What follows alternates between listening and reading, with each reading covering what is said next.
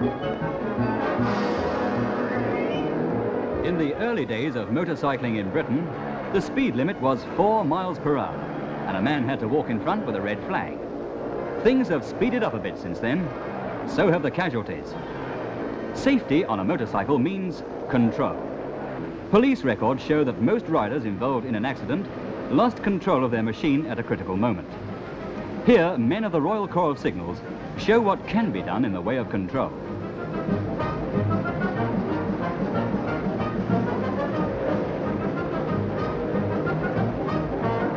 If you think that's easy, how about this?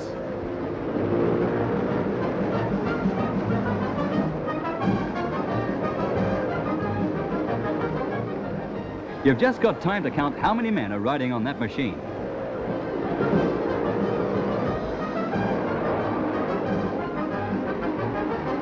Control at slow speeds is just as difficult and just as important as control at fast speeds. When you can do this, you have a certain right to think you can ride a motorcycle.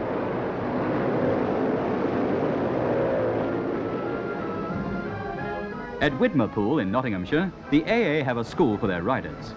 During the summer, these patrolmen change from combination to solo machines, as these are better for dense traffic conditions. And so they do a week's refresher course on solos.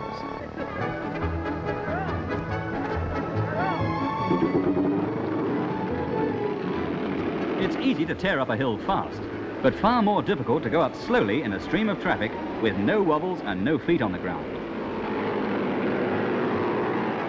Water must be taken at the correct speed, not so slow as to stall the engine, and not so fast as to cause splashes to get into the engine. The examiner watches to see that the rider obeys the rule, after water, test your brakes. The RAC and Autocycle Union run schools for motorcyclists. Any rider can take one of these courses, which are spread over 12 weeks. During the last 7 years, 10,000 riders have done so and obtained certificates of proficiency.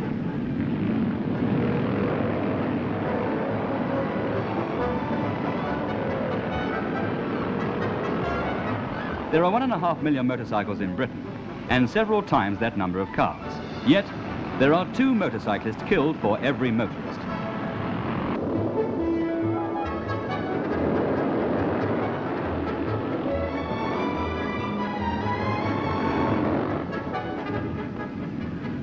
The Royal Society for the Prevention of Accidents is keenly interested in these courses. The head of RoSPA House, Commander Hawker, reminds these riders that their first responsibility is to remain alive.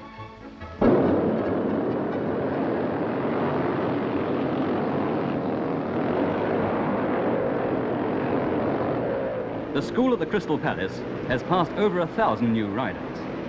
Enthusiasts among this 1,000 have been largely responsible for the revival of racing at the Palace. The sidecars used for this event aren't exactly suitable for taking Grandma out for a spin in the country, and the so-called passengers have no time to sit back and admire the view.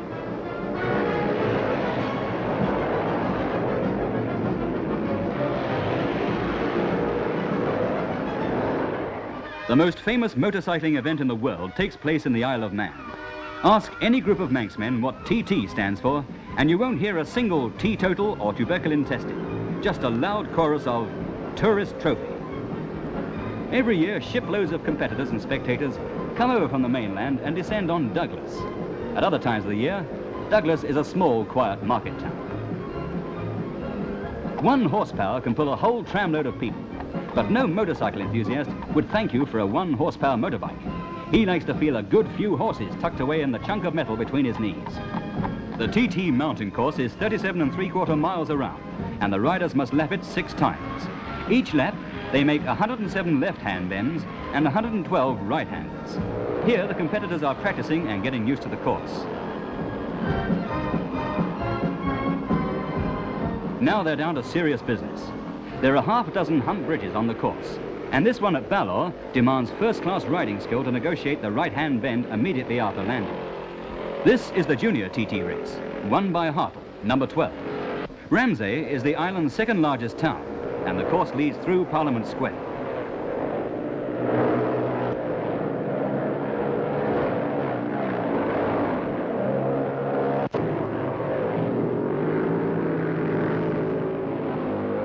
Round the course again to Braddon Bridge. This section demands rapid acceleration in low gears and is a great test of skill.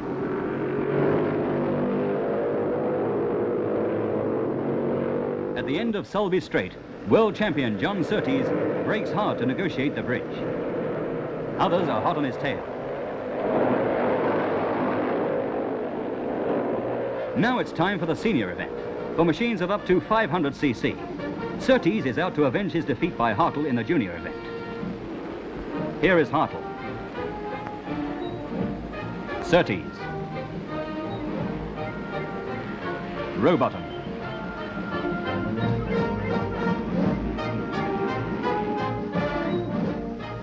The first pair are Brown of Australia and Anderson. Number 11 is Hartle and number 12 Phyllis of Australia.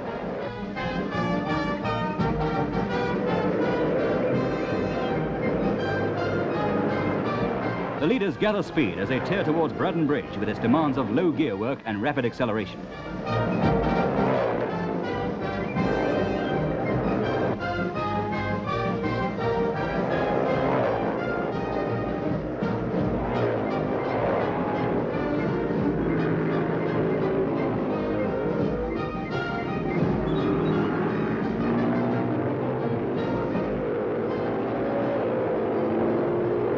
Coming down the hill at Craignabar, the riders must brake hard to reduce speed from 140 to below 40 miles per hour for the right-angled corner.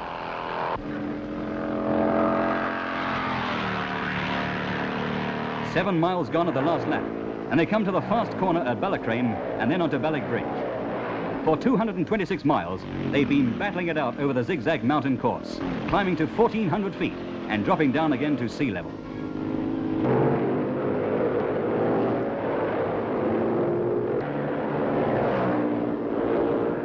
For 30 miles of the course, they've had their brakes hard on. Yet, the winner's average speed is 102.44 miles per hour. And John Surtees is winner of the TT Senior event for the third time in succession. 300 riders during practice and races covered 100,000 miles over this mountainous course at speeds reaching 140 miles per hour. And yet there wasn't one serious accident. Before Surtees, the greatest name in motorcycling was Jeff Duke, now retired to run a hotel on the island. Jeff has proved that, given the necessary skill, you can be a motorcyclist and still stay alive. Jeff began his motorcycling career with men like these of the Royal Corp Signals. Control is the essence of safety. Control under any conditions and all circumstances. These men are professionals. They're in the saddle all day and every day. They know that, to a motorcyclist, control means the difference between life and death. It's as simple as that.